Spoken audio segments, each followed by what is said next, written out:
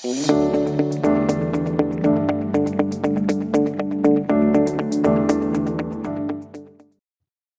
tal? Bendiciones. Ahí nuevamente, juntos, al pie del cañón. Aquí juntos para continuar en el estudio de la palabra de Dios en el Evangelio de Mateo, capítulo 23. Ya casi terminando el capítulo 23. Así que prepárate, dispón tu corazón, tu mente, con tu Biblia abierta ahí en este capítulo, dispuesto para tomar notas, lo que se ofrezca. Y pues sí, continuar en este periplo a través de la bendita palabra de Dios. Amado Padre Celestial, gracias Señor por la oportunidad de conocerte cada día más a través de tu palabra. Señor, ayúdanos a entenderla por medio de tu Espíritu Santo para que podamos vivirla cada día más y más. Señor, que todo lo podamos hacer en el poder y la gracia de tu Santo Espíritu, en el nombre de Cristo Jesús. Amén y amén. Estábamos en Mateo 23, 33 al 36, es el texto que vamos a iniciar en este momento a considerar. Mateo 23, 36 al 33 al 36. Recordar que, como les decíamos, este último ay de los ocho que menciona Mateo, este último lo hemos dividido en dos partes porque es bastante extenso. Entonces ya vimos la primera parte, ahora vamos a entrar a considerar la segunda parte, pero esto que vamos a ver aquí de los versículos 33 al 36 son parte de ese último ay que terminamos de considerar en la sesión pasada. Así que para que tengas en cuenta que hacen parte de la misma reprensión que hace Jesús a los escribas y fariseos en este momento. Bueno, leemos y entramos en su consideración. Serpientes, generación de víboras, ¿cómo escaparéis de la condenación del infierno?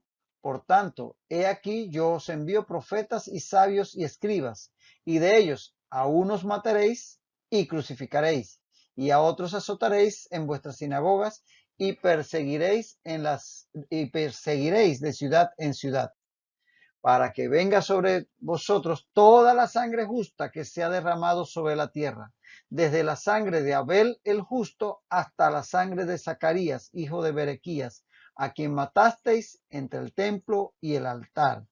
De cierto os digo que todo esto vendrá sobre esta generación. Dice Jesús, aquí se pone ya la cosa bastante cruda. Dice, serpientes, generación de víboras, ¿qué te parece? Para aquellos que dicen que Jesús es puro love, puro amor y solamente palabras de paz y de bien. Fíjate qué palabras más duras les dirige a estos religiosos. Ya Juan el Bautista, decir que ya Juan el Bautista y el propio Jesús había llamado generación de víboras a los fariseos y saduceos. Es decir, era tanta la maldad que había en el corazón de estos religiosos que sencillamente era un epíteto que ya Juan se lo había dado y el propio Jesús. En Mateo 3:7 tú puedes leer que al ver él, o sea, al ver Juan el Bautista, que muchos de los fariseos y de los saduceos venían a su bautismo, les decía, generación de víboras, ¿quién os enseñó a huir de la ira venidera? Y el propio Jesús en Mateo 12:34 les dijo, generación de víboras, ¿cómo podéis hablar lo bueno siendo malos? Entonces, como ves, esta no es la primera vez que ellos recibían este tipo de adjetivos de parte del Señor Jesús o en el caso de Juan el Bautista. Definitivamente por algo se han ganado esta, este epíteto. Y es que por su naturaleza, ese corazón malo, pecador, empedernido, por su naturaleza eran descendientes de la serpiente antigua. ¿Quién es la serpiente antigua? Lo vemos desde Génesis 3:1. La serpiente, dice ahí, era astuta, la cual dijo a la mujer, con que Dios os ha dicho, no comáis de todo árbol del huerto. Ya sabes, Satanás es la serpiente antigua y estos, dice Jesús, son generación de víboras, o sea, generación de serpientes, descendientes de serpientes. Entonces, tienen ahí una conexión con las actitudes, la naturaleza de Satanás. Ya en Juan 8:44, Jesús les endilga el ser hijos o descendientes de Satanás. Dice en Juan 8:44, vosotros sois de vuestro padre el diablo, y los deseos de vuestro padre queréis hacer. Él ha sido homicida desde el principio. Y como ellos eran homicidas porque querían matar a Jesús, entonces estamos teniendo en ellos la misma naturaleza que tenía el enemigo, que era homicida desde el principio. Entonces, eso es lo que les está diciendo aquí Jesús con generación de víboras. Y recordar, porque lo vimos en la sesión pasada, lo conversamos ampliamente, que el término hijos implica más allá que una descendencia directa, o sí, puede implicarlo, también implica tener la misma naturaleza de aquello de que se le llama hijo a uno. Hijo del trueno, hijo de paz, en este caso, descendiente o generación de víboras, haciéndole relación, como dice en Juan 8:44, de que son hijos en ese sentido de Satanás, que también es homicida como lo eran ellos y él desde el principio. En Apocalipsis también tenemos esta alusión a Satanás con la figura de serpiente. En Apocalipsis 12:9 dice, y fue lanzado fuera el gran dragón, la serpiente antigua, que se llama Diablo y Satanás. Y finalmente en Apocalipsis 22 también se da esta caracterización. Prendió al dragón, la serpiente antigua, que es el diablo y Satanás, y lo ató por 1000 años. Entonces vemos que esta identificación de estos hombres con esta figura de víboras, de serpiente, también no deja de tener una relación con su conducta, con su naturaleza, que los hacía similares a la conducta y a la naturaleza que tiene Satanás, que es llamado la serpiente antigua. Y es que ellos tenían sentimientos homicidas, como ya decíamos, al igual que Satanás, como el pasaje que leímos en Juan 8:44, donde dice que ellos eran de su padre el diablo, porque él había sido homicida desde el principio. Y esa es la actitud que ellos estaban tomando. Consintieron con la muerte de Juan el Bautista en su momento y ahora estaban planeando la muerte de Juan. Y después iban a seguir persiguiendo a los discípulos de Jesús, a los apóstoles, matarían a Esteban, matarían a Santiago y a muchos más. Así que esa era la naturaleza de ellos, que era similar a la naturaleza homicida de la serpiente antigua, por eso eran generación de víboras. Y es paradójico que si recuerdas en Mateo 12:24, los mismos fariseos habían acusado a Jesús de estar confabulado con Belcebú, de que los milagros que él hacía los hacía porque andaba en componendas con Belcebú, o sea, con Satanás. Pero ahora Jesús los señala a ellos como hijos de hijos de Satanás, hijos de Belcebú, generación de víboras. ¿Qué te parece? De lo que traen llevan, porque ellos sí estaban, por lo menos en su naturaleza, actuando como hijos de Satanás, hijos de Belcebú. Y dice Jesús, ¿cómo escaparéis de la condenación del infierno? Aquí el término infierno es el término, recuerda, el Evangelio de Mateo, el Nuevo Testamento está escrito en griego, pero aquí el término es el original Gehenna, que era el término que se daba al infierno. Eso viene del Valle de Hinón, que se asociaba con la figura de un lugar donde la llama nunca se apaga, porque era el basurero de la ciudad y donde iba a parar toda la porquería de la ciudad. Entonces, por eso el Valle de Hinón, de ahí del término Gehenna, terminó relacionándose el término con el concepto espiritual, ya no del valle geográfico, sino de lo que significa el infierno. Entonces, obviamente el infierno ya viene en latín, pero en el griego estaba todavía literalizado del hebreo al griego el término Gehenna, que es el que utiliza aquí el texto griego para infierno. Infierno es la traducción y es un término que viene del latín, que significa algo que nunca se apaga. Y Jesús implícitamente aquí está afirmando la realidad del infierno. Si te fijas, Jesús no utiliza el término infierno como algo alegórico, como algo que cuando a alguien le dicen por ahí te vas para el infierno, como quien dice insultándolo, no. Aquí está diciéndole a estos pecadores, si siguen con esa conducta, con esa actitud homicida como la de Satanás, ¿cómo van a escapar de la condenación del infierno? Haciendo esta condenación como algo real. No como algunos dicen, no, que el infierno no existe, que como dicen, por ejemplo, los testigos de Jehová, que los que rechacen a Dios al final su alma va a ser extinta. No, el infierno es real. La escritura, a menos que Jesús fuera mentiroso, y esos mismos que afirman que no existe, dicen que Jesús fue el más grande hombre que ha vivido, no creen que sea hijo de Dios, pero sí creen que fue un gran maestro, etcétera. Pero si tú dices que era un hombre tremendamente veraz y tremendamente compasivo, él habló del infierno, así que no puedes decir entonces que por un lado era un tremendo hombre y por otro lado que era un mentiroso, o uno o lo otro. Y Jesús hace una pregunta aquí retórica. En realidad esta pregunta, ¿cómo escaparéis de la condenación del infierno? Es una pregunta retórica, porque él no espera que se lo contesten, porque no podrán escapar. Si siguen rechazándole, si no aceptan a Jesucristo como el Hijo de Dios y por la fe le reciben en sus corazones, sencillamente no podrán escapar. Así que la pregunta en sí es retórica.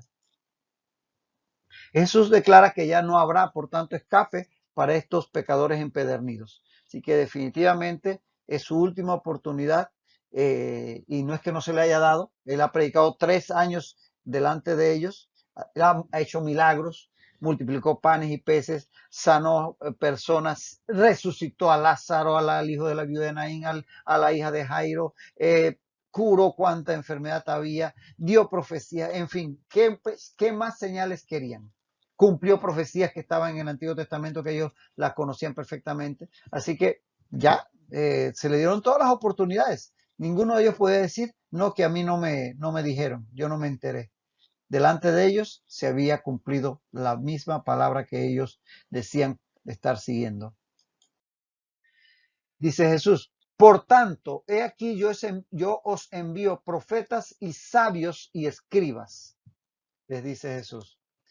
Aquí, profetas, sabios y escribas son diferentes términos para llamar a los siervos enviados por el Señor. Eso es que él iba a enviar, pues usa los términos que ellos estaban acostumbrados a utilizar, escribas, sabios, profetas. Entonces, para usar términos que ellos conocían. Pero estos enviados no eran otros que los apóstoles, los discípulos que Jesús iba a enviar a predicar su evangelio después que él partiese, después que él resucite y ascienda, y los va a dejar encargados de ir a todas las naciones y hacer los discípulos. Entonces, todos estos apóstoles y siervos que el Señor iba a mandar, a estos que se refiere, estos que dice que va a mandar profetas, sabios y escribas. Por ejemplo, podemos ver que en Lucas 11:49, que es un pasaje paralelo, en Lucas 11:49 dice, la sabiduría de Dios también dijo, les enviaré profetas y apóstoles, y de ellos a unos matarán y a otros perseguirán. Es decir, que en Lucas 11:49, que recoge las mismas palabras de Jesús, allá lo transcribe. Recuerdan que que Lucas investigó todos estos hechos, lo dice en su primer capítulo de su evangelio, y él recogió de fuentes directas, él no caminó con Jesús, pero recogió de las fuentes que caminaron con Jesús y recogió estas palabras que se dicen por Jesús, pero él las transcribe de una forma más simple y dice que enviaré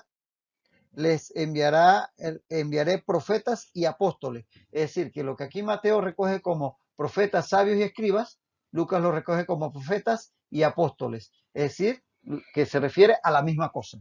Eran los apóstoles, los discípulos, los que vendrían después de ellos, que van a ser enviados por el Señor con la guía del Espíritu Santo a todas las naciones. Como lo va a decir el mismo Jesús en este libro o Evangelio de Mateo, allá en el último capítulo, el capítulo 28, 19 al 20, antes de ascender a los cielos, cuando les da la gran comisión que dice allí en Mateo 28, 19 al 20, id y haced discípulos a todas las naciones, bautizándolos en el nombre del Padre, del Hijo y del Espíritu Santo, enseñándoles que guarden todas las cosas que os he mandado. Así que a estos enviados es a los que se refiere Jesús aquí, delante de estos judíos, delante de estos apóstoles, de estos escribas y fariseos que están ahí ante él en el atrio del templo. Ahora, definitivamente que siendo así, las palabras de Jesús tienen un tono profético, es decir, le está profetizando a, a, a ellos lo que iba a venir. esto de los enviados y lo que iban a hacer ellos con esos enviados, como veremos enseguida. Entonces Jesús ahí se está manifestando como profeta definitivamente. Por otro lado, así como Dios había enviado profetas a sus padres, que es lo que hablábamos anteriormente, por ejemplo en Jeremías 7:25, un texto que ya citamos anteriormente, en Jeremías 7:25 dice: y os envié todos los profetas, mis siervos, enviándolos desde temprano y sin cesar, dice Dios a través del profeta Jeremías al pueblo de Israel, que desde muy temprano en la conformación del pueblo de Israel les mandó profetas que les hablaban de parte de Dios para que corrigieran su conducta y se alinearan con su voluntad. Bueno, así como Dios desde un principio estuvo mandando profetas mensajeros, que ellos mismos van a admitir que sus padres habían matado, así enviará a Jesús, sus siervos, a esta generación a la cual está hablando, que van a ser, como decíamos, todos los apóstoles y sus discípulos que vendrán después de la muerte, resurrección y ascensión de Jesús. Mateo 28, 18 al 20, lo acabamos de leer, que dice: id y hacer discípulos a todas las naciones, que es la gran comisión. Pero en Juan 20, 21 dice Jesús a los discípulos, dice: como me envió el Padre, así también yo os envío. Juan 20, 21. Así como el Padre envió al Hijo, ahora el Hijo envía a los discípulos, haciendo exactamente lo mismo que hace el Padre. Y esto se cumple también en que con esas personas que va a enviar, los va a comisionar, los va a respaldar, los va prácticamente a ungir con los ministerios que van a ser para la edificación de la iglesia. Lo dice Efesios 4:11. Dice: él mismo, hablando de Jesús, él mismo constituyó a unos apóstoles, a otros profetas, a otros evangelistas, a otros pastores y maestros. Es decir, que les va a enviar todos los siervos capacitados para discipularlos, enseñarles la verdadera fe.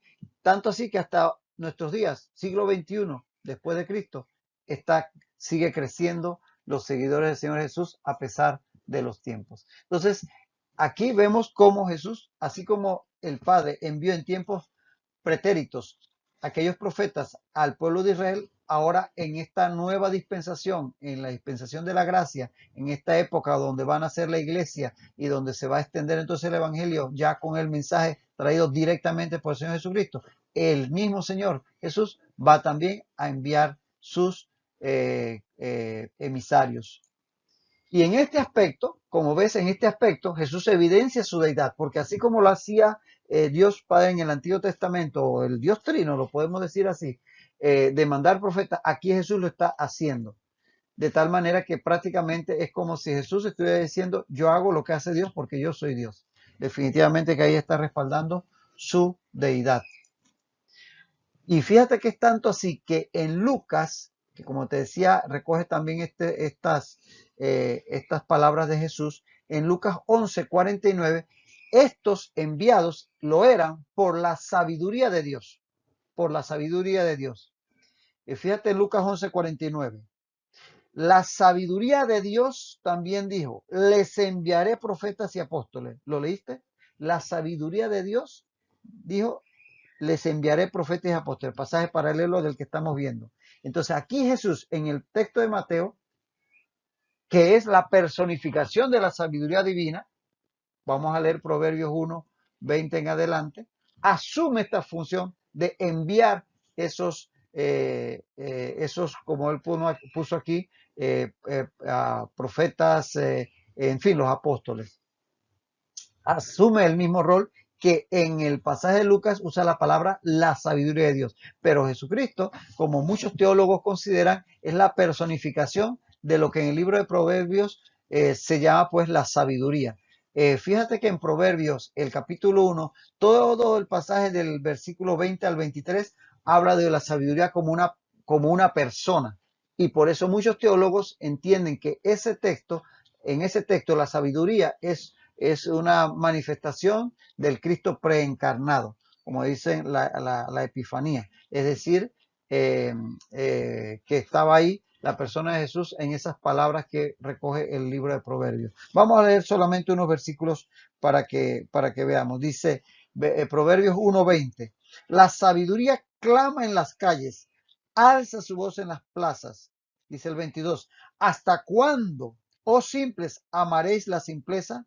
Y los burladores desearán el burlar, y los insensatos aborrecerán la ciencia. Volveos a mí, oye, dice la sabiduría, volveos a mi reprensión. He aquí, yo derramaré mi espíritu sobre vosotros. La sabiduría, ¿cómo va a derramar su espíritu? Se trata, evidentemente, de el Cristo preencarnado y hablando de que enviará el Espíritu Santo. He aquí, yo derramaré mi espíritu sobre vosotros y os haré saber mis palabras.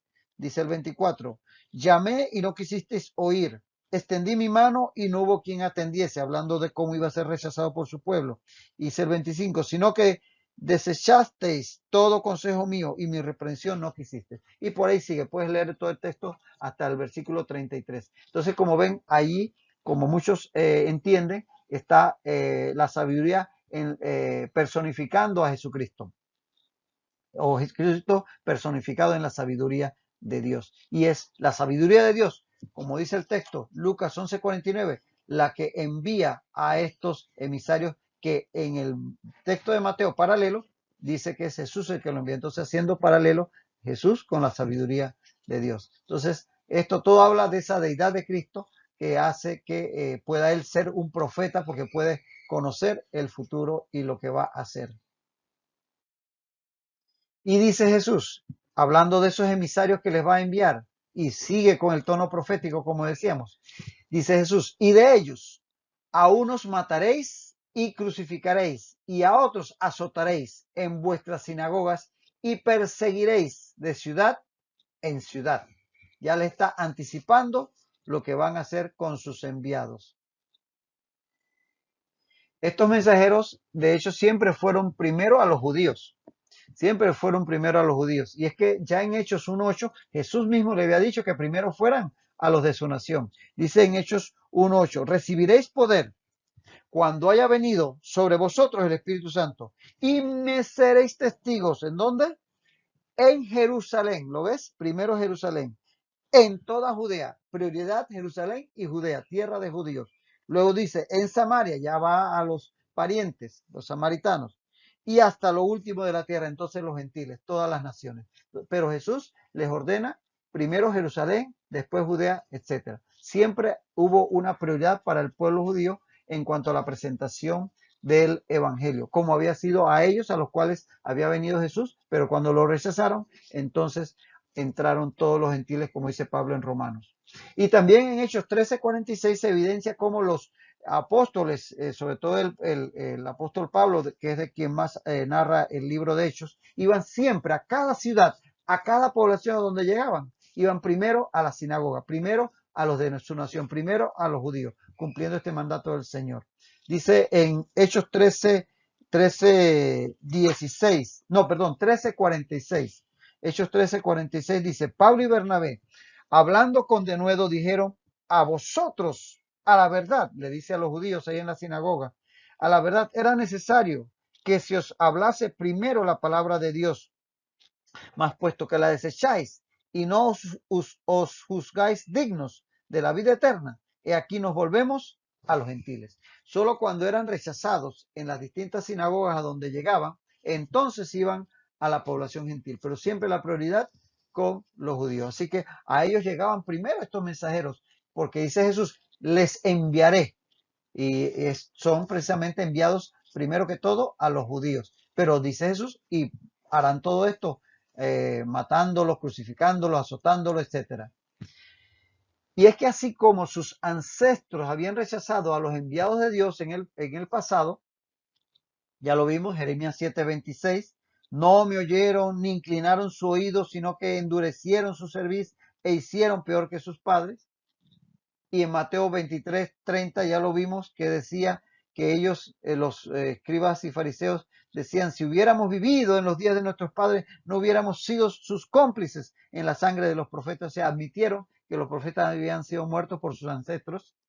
Todo esto que habían hecho los antiguos, estos religiosos rechazarían a los enviados del Señor. Así como lo habían rechazado sus padres, ellos también rechazarían a los nuevos profetas, los nuevos enviados del Señor en su momento, que es todo lo que narra el libro de Hechos. Así que estaba muy bien endilgado el término de Jesús, de que ellos iban a hacer, a colmar la copa de los pecados de sus padres. Y bien los llamaba hijos de ellos porque tenían la misma naturaleza.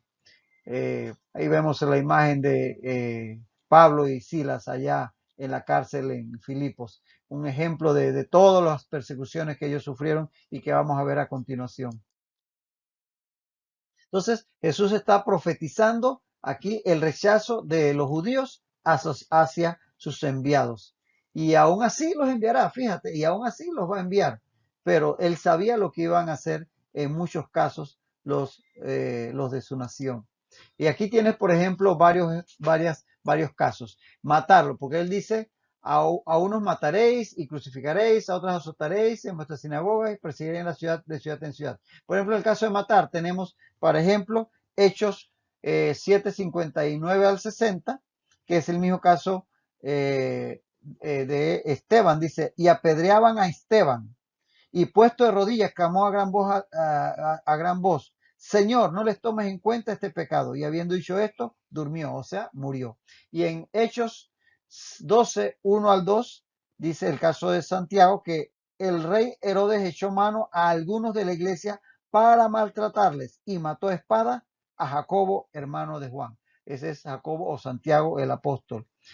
Crucificar, que es otra de las acciones que dice Jesús proféticamente que va a cometer contra sus enviados. El mismo Jesús, en Mateo 27:31, después de haberle escarnecido, le llevaron para crucificarle. Cuando le hubieron crucificado, repartieron entre sí sus vestidos. Así que a Jesús mismo lo van a crucificar. En Juan 21 habla de que Pedro iba a ser crucificado y como dice la tradición y recogen las fuentes extrabíblicas de que verdaderamente fue así, que fue crucificado en Roma.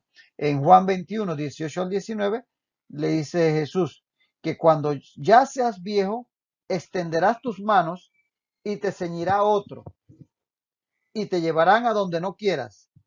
Dice el propio apóstol Juan. Esto dijo en el verso 19. Esto dijo dando a entender con qué muerte había de glorificar a Dios, es decir, con la crucifixión. Y en cuanto a azotar, dos ejemplos también. En Hechos 22:19, en Hechos 22:19, dice Pablo, yo dije, Señor, ellos saben que yo encarcelaba y azotaba en todas las sinagogas a los que creían en ti. Hablando Pablo de su conversión. Él azotaba antes de convertirse a los creyentes. Y en 2 Corintios, él recibió de su propia medicina. En 2 Corintios 11:24, él confiesa, de los judíos, 5 veces he recibido 40 azotes menos uno. Porque la tradición decía la ley que no debía pasarse de 40 azotes. Entonces ellos, para asegurarse de que no azotaban más de lo que decía la ley, daban 39, para quedarse por lo menos con uno menos por si acaso, se le iba la mano en pollo. Entonces ahí vemos cómo el azotar se cumplió también en la vida del propio Pablo. Y el perseguir también, ese de perseguir de ciudad en ciudad, dice Hechos 26:11, también Pablo dando testimonio de lo que él hacía como fariseo. En Hechos 26:11 dice que muchas veces, castigándolos en todas las sinagogas, los forcé a blasfemar y enfurecido sobremanera contra ellos, los perseguí hasta en las ciudades extranjeras. ¿Ves? Lo iba persiguiendo de Jerusalén a Damasco, a todas estas ciudades. Y en el 17:13, ahora entonces es el mismo Pablo el que sufre la persecución, dice que cuando los judíos de Tesalónica supieron que también en Berea era anunciada la palabra de Dios por Pablo, fueron allá y también alborotaron a las multitudes. Como ven, también a Pablo lo persiguen acá en el caso de su predicación en Berea. Van de la ciudad de Tesalónica a la ciudad de Berea. Y eso se va a repetir en muchas ocasiones. Entonces, todo esto que dice Jesús aquí, que va a ocurrir, de que matarán a unos, crucificarán a otros, los azotarán, los perseguirán, eso se cumplió literalmente en la vida de sus discípulos, de los apóstoles y demás discípulos. Y a pesar de eso, como decíamos, a pesar de eso los iba a enviar, porque no es asunto de que Dios nos prometa que vamos a tener, si le servimos, una vida totalmente libre de obstáculos. Todo lo contrario, Él nos dice, en el mundo tendrán aflicción, pero confíen, yo he vencido al mundo. Entonces, Él los va a enviar, pero desde ya Él anuncia todo lo que van a padecer de parte de su propia nación. Pero no se olviden que la primera iglesia fue eminentemente judía. El que muchos judíos rechazaran a Jesús no quiere decir que muchos sí no lo iban a aceptar. Si hubo muchos, los primeros creyentes, todos fueron judíos. Así que no es asunto de rechazar a la nación, sino a aquellos que no quisieron personalmente aceptar al Señor. Esto es individual. Así que nunca se te olvide de eso. Nos detenemos aquí y nos vemos en la próxima ocasión. Bendiciones.